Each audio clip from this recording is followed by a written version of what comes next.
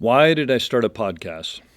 It's a great question and a fair question. I could tell you that it's because people don't think that they've heard me talk enough, and that's certainly not true. And I could tell you that my wife wanted me out of the house, and that would definitely be true. And I could also tell you that we're in the midst of a strike right now in 2023, and I had nothing better to do, and that would also be sort of true. The reality is, anytime there's a strike or something like that, I know I can't control whether I'm working, so I figure, I'm going to do something with my time. It's like build a birdhouse or, read all of Jane Austen, or I don't know what it is, but something so when it's over, I can at least go, hey, I did that, as opposed to I watched all of the best British TV shows on Netflix. So I decided to create a website and a podcast about operating, which is something that I've wanted to do forever. The website is theop.io, and it's just sort of this dumping ground of information about operating and visual storytelling that I've sort of been collecting over the years, and I wanted to put in one place.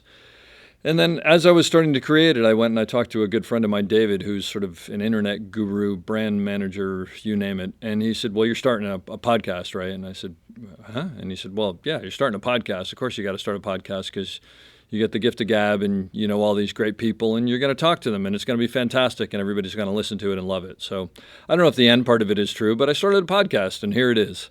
This is The Op. It's a podcast where we talk about operating and the art of visual storytelling. Of course, I'm going to talk to operators, both past, present, and future, about operating and what we do on set and do in our careers.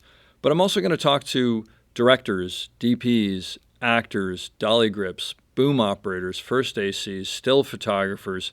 The list goes on about how they interact with operators, what works, what doesn't work, what they can teach us, you name it. It's just been fascinating, and I've sat down so far with some of the greatest people in the business who I've just had a blast talking to, and hopefully you'll have a blast listening to. We've talked about movies such as Being There, Close Encounters, Goodfellas, The Deer Hunter, Sugarland Express. We've talked about working with filmmakers like Hitchcock and Scorsese and Coppola and Spielberg and Wes Anderson. And the one thing that this podcast won't be about is it won't be about, framing. I tried that for a little bit, and it just didn't work out very well.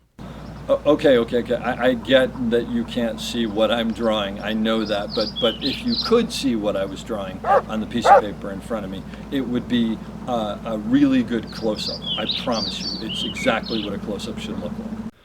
What it is about is the 80% of our job that has nothing to do with framing an image, working with different people on set, how to talk to actors, how to talk to directors, how to pitch an idea without stepping on toes.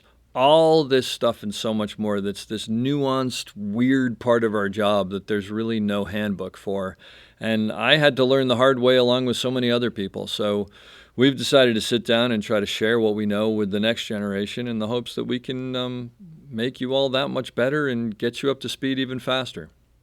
So that's really about it. I hope you'll enjoy the podcast. I've certainly enjoyed and continue to enjoy talking to people and finding out everything they know about operating and operators, and I hope you find something worthwhile. Thanks for listening.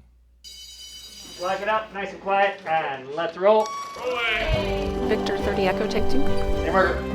And camera set. Back up.